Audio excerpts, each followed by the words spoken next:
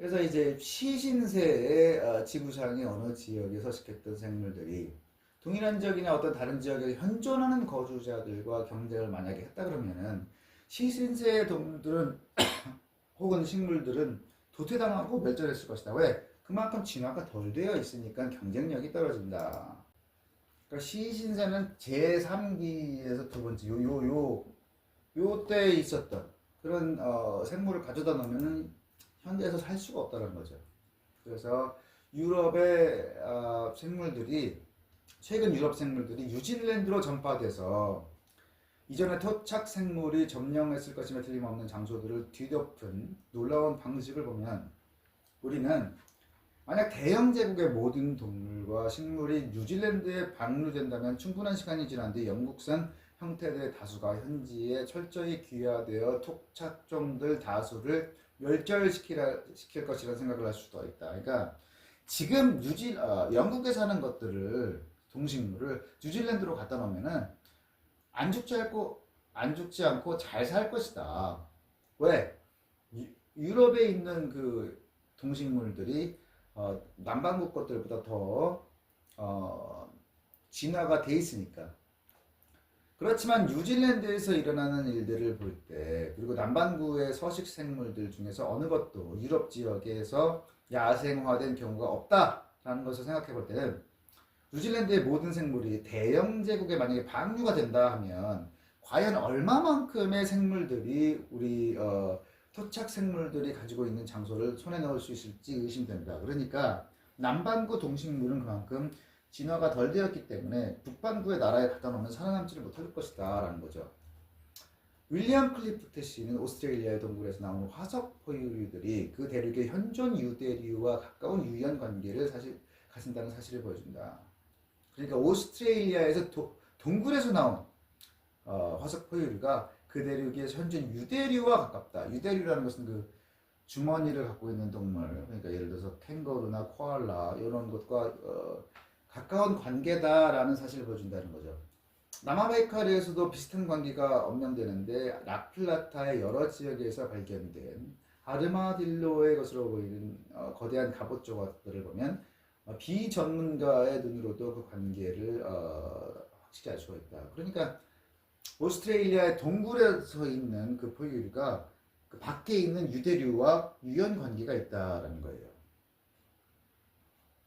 변화를 동반한 계승 이론을 바탕으로 하면 동일한 지역 내에서 동일한 유형이 오래 지식되더라도 불변하는 것이 아니라 천이에 간다는 위대한 법칙을 쉽게 설명할 수 있다. 자, 오스트레일리아의 동굴에 있는 것과 그 밖에 있는 유대류가 유사하다라는 것은 이게 진화를 통해서 이렇게 바뀌었다라는 이론으로는 설명이 되는데 만약에 이게 따로 창조됐다 그러면 오스트레일리아에 있는 동굴에 있는 것과 그 밖에 있는 유대류가 비슷하다라는 것을 설명을 못한다는 거예요. 왜 비슷할까? 근데 이게 어느 한 곳에 있는 동식물이 진화된 것이다 라고 하면 그렇기 때문에 비슷하다 이렇게 설명을 할 수가 있다는 것이죠. 지리적 분포.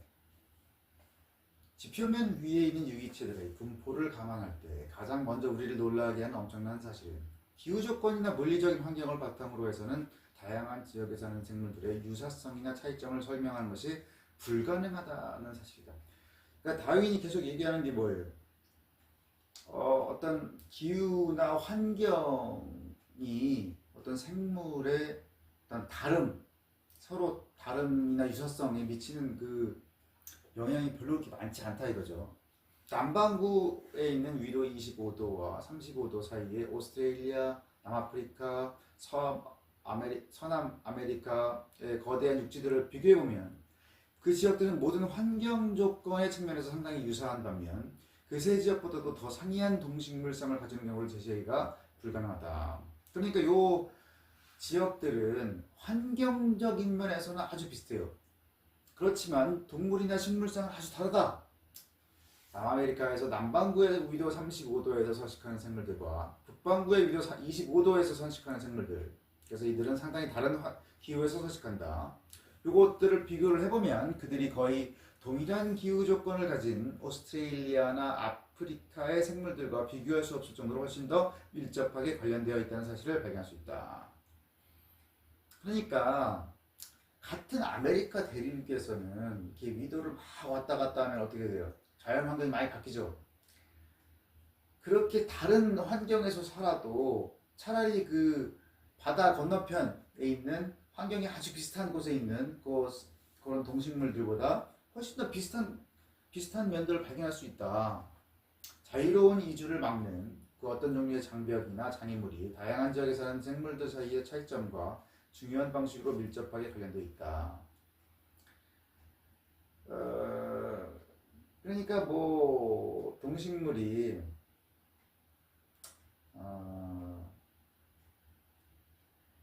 어떤 장벽에 막혀 있으면 그쪽으로 이동을 해가가지고 진화를 계속 할 수가 없죠. 그러니까 이제 너무 이제 어떤 자연적인 장벽이 있는 곳에 있는 그 두 지역에 있는 동식물은 어떤 그 근연 관계가 별로 없다. 동일한 위도에 있는 오스트레일리아, 아프리카, 남아메리카에 서식하는 생물들은 서로 엄청난 차이를 보여준다. 각 대륙에서 이어져 있는 높은 산맥, 거대한 사막, 심지어 거대한 강의 양쪽에서도 서로 다른 생물들이 발견된다. 그러니까 어떤 자연적인 어떤 장벽이 있으면 그 근연 관계를 찾아보기가 어렵다. 왜? 그걸로 이동해서 진화를 계속 할 수가 없으니까. 그 어떤 두 해양의 동물상도 남아메리카와 중앙아메리카의 동부와 서부 해변의 동물상, 어류, 페류, 개, 그 어느 하나도 공통된 것이 없다. 그것보다는 덜 뚜렷한 차이를 보인다. 이런 거대한 동물상을 갈라놓은 것은 오로지 좁아서 통과할 수 없는 파나마 지역일 뿐이다. 아메리카 대륙의 부주를 보면은 북아메리카하고 남아메리카하고 있는 게 이렇게 좁은 육지로밖에 이어져 있지가 않다. 그러니까 이제 이동이 어렵다는 얘기죠. 그런 상황에서는 이 동식물상이 아주 다르다는 거예요. 이제 남아메리카하고 중앙아메리카 요 사이에서는, 그러니까 그 남아메리카, 중앙아메리카죠. 요 사이에 요것 때문에 이렇게 작은 육지 연결 때문에 굉장히 다른 식물상과 동물상을 보여주고 있다는 얘기죠. 아메리카 해변의 서쪽으로는 광활한 바다가 펼쳐져 있어요. 그곳에는 이주자의 징검다리로 작용할 수 있는 섬이 하나도 없다. 이것이 또 하나의 장벽으로, 이 장벽을 지나자마자 태평양 동쪽 섬들의 또 하나의 완전히 다른 동물상이 있다. 태평양 쪽으로 보면 이렇게 광활한 대양이 있어요. 그래서 이 동식물들이 옮겨가기가 어렵단 말이지. 그래서 요 아메리카 대륙에 있는 것과 그 다음에 태평양의 섬들, 여기서 이렇게 쫙 뭐 폴리네시아 이렇게 딱 있죠. 거기서부터는 완전히 동식물상이 달라진다. 왜? 그 자연적인 대양이라는 장벽이 있기 때문에 태평양의 열대 지역에 있는 동쪽 섬들부터 서쪽으로 더 멀리 나아가면 방구를 돌아 아프리카의 해변에 도달할 때까지 통과 불가능한 장벽은 없으며 징검다리로 사용할 수 있는 셀 수 없이 많은 섬들이 있다. 이 방대한 공간을 통틀어도 뚜렷이 구분되는 해양 동물상이 하나도 없다. 그러니까 태평양의 동쪽 섬들, 여기 이제 쫙 섬들 있죠.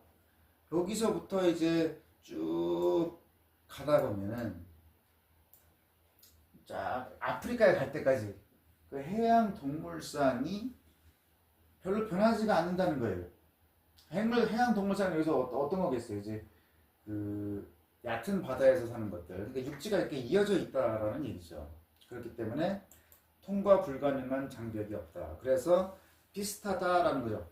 동일한 대륙이나 해안에서 서식하는 생물들끼리는 서로 유연 관계가 있다. 왜? 연결되어 있으니까. 마젤란 해협 근처의 평원에는 레아의 한 종이 서식하고, 레아는 아메리카 타조예요. 북쪽으로는 라플라타 평원이 있는데 거기에 같은 속에 또 다른 종들이 서식한다. 동일한 위도상에 있는 아프리카나 오스트레일리아에서 발견되는 것과 같은 진짜 타조나 이뮤는 하나도 없다라는 거죠. 그러니까 이 타조 종이 마젤란 해협, 마젤란 해협은 이제 여기죠. 그러니까 요쪽에 있는 타조랑 요쪽에 있는 타조랑 완전히 종이 다르다는 거예요. 왜? 이렇게 연결이 안 돼 있으니까. 예? 바다를 넘어가야 되니까. 그런데 비슷한 타조지만은 아프리카나 오스트레일리아 아니면 아프리카 여기에 있는 그 타조종하고는 완전히 다르다 이거죠. 그 라플라타 평원이랑 마젤란 해협 사이 그 밑에 있는 섬에 사는 그 타조도 다르지만 오스트레일리아나 아프리카에 있는 것과는 완전히 다르다라는 거죠. 그래서 이제 레아하고 이뮤의 사진이에요, 이게. 라플라타의 평원에서 우리는 들토끼나 집토끼와 거의 습성이 동일하면 같은 설치류목에 속하는 동물인 아구티와 비즈카차를 볼 수 있다. 그래서 아구티하고 비즈카차 이런 동물들이 있는데 물가가 지금 여기서 뭐예요? 라플라타 평원 물가를 살펴보면 비버나 사양쥐는 발견할 수가 없어요. 근데 아메리카형 설치류인 누트리아 이것은 이제 물가에 사는 비버와 비슷한 아메리카산 동물인데 이런 것이라든지 카피바라 이것은 중남미 강가에 사는 큰 토끼 같이 생긴 동물인데 설치류 중에서 몸집이 가장 큰 거다. 그런 것들을 대신 발견하게 된다라는 거예요. 그 그림을 보면 비버나 이제 사양쥐 이런 거는 발견할 수가 없어요. 라플라타 사습평원에서. 근데